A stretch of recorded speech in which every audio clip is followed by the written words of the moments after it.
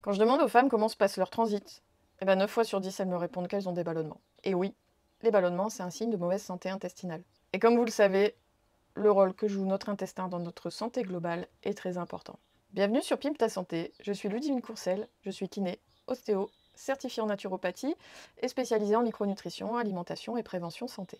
Pour en revenir à notre intestin, comme vous le savez, il abrite des milliards de bactéries, de levures, qu'on appelle le microbiote ou la flore intestinale. Ce microbiote, il influence notre métabolisme, notre régulation hormonale, nos humeurs, notre composition corporelle, notre système immunitaire et bien plus encore. Par exemple, il y a certaines bactéries qui peuvent promouvoir l'inflammation. C'est-à-dire que lorsqu'elles sont présentes en trop grande quantité, parce que même au niveau du microbiote, comme d'habitude, tout est une question d'équilibre entre les différentes souches de bactéries, de levures, etc. Quand une certaine catégorie est présente en trop grande quantité, eh ben, elles entraînent l'inflammation. Et ça va provoquer du brouillard mental, des perturbations de l'humeur, la prise de poids, les déséquilibres hormonaux, déséquilibres de la santé métabolique, les maladies auto-immunes, voilà, pour ne citer que celles-ci. Notre microbiote, il est aussi évidemment impliqué dans la digestion des aliments, et même dans l'absorption de certains micronutriments. D'ailleurs, il peut même produire carrément, fabriquer des vitamines, comme la vitamine K2. Et encore une fois, lorsque cet équilibre bactérien n'est pas optimal, on peut souffrir de carences en minéraux, de carences en vitamines. Tout ça, ça va entraîner une baisse d'énergie, ça peut entraîner des éruptions cutanées, des problèmes de santé osseuse, des problèmes de santé cardiaque. Alors oui, la santé intestinale, on peut dire que c'est assez important. Le truc, c'est qu'à mesure que nous, les femmes, nous vieillissons, la diversité de notre microbiote intestinal diminue progressivement.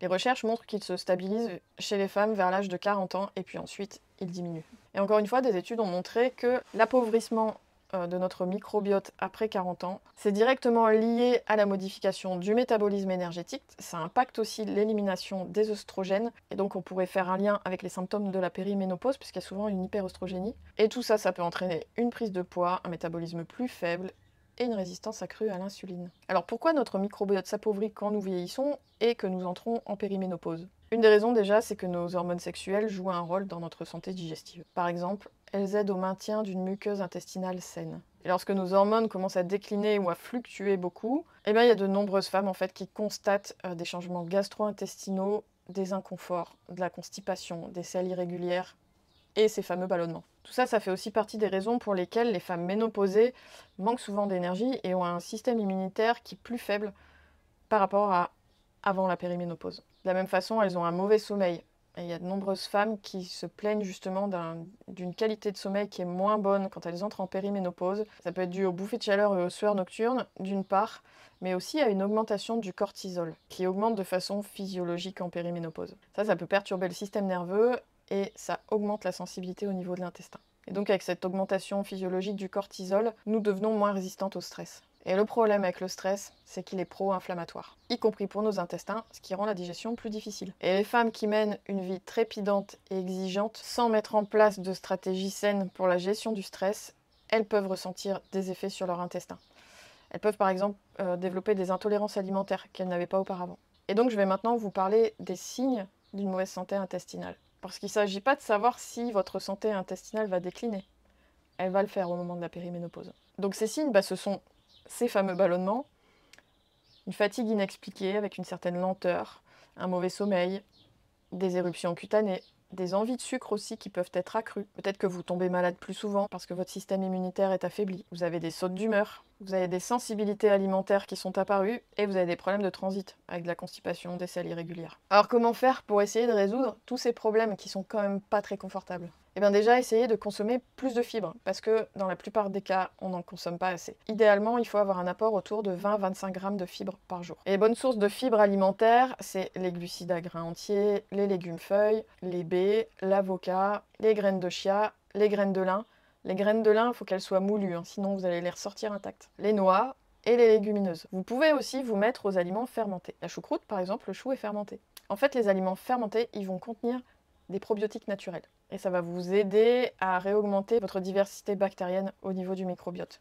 Au-delà de la choucroute, il y a un aliment tout simple qui est fermenté, c'est le yaourt. Et vous avez aussi le tempeh, qui est du soja fermenté.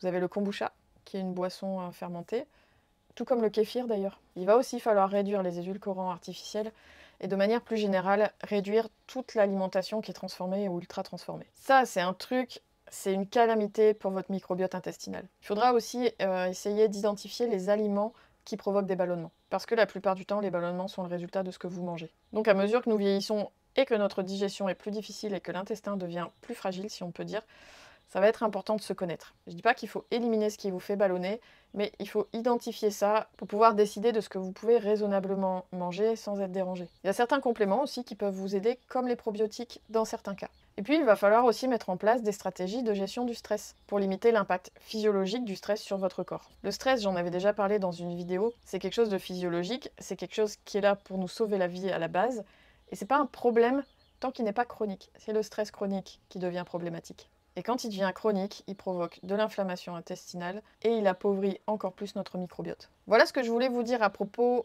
de la santé intestinale en périménopause. N'oubliez pas qu'avoir une bonne santé, ça combine une alimentation saine, de l'activité physique régulière, un mode de vie globalement sain, la gestion du stress, un bon sommeil réparateur. Et tout ça, ça doit tenir compte de la période de la vie dans laquelle vous vous trouvez. Si vous avez apprécié cette vidéo, n'hésitez pas à la liker, à mettre un pouce en l'air, à partager, à vous abonner, à activer la cloche pour ne pas rater mes prochains contenus sur la perte de poids, sur la santé et le bien-être. En tout cas, je vous dis à la semaine prochaine pour une nouvelle vidéo et d'ici là, soyez douce avec vous-même.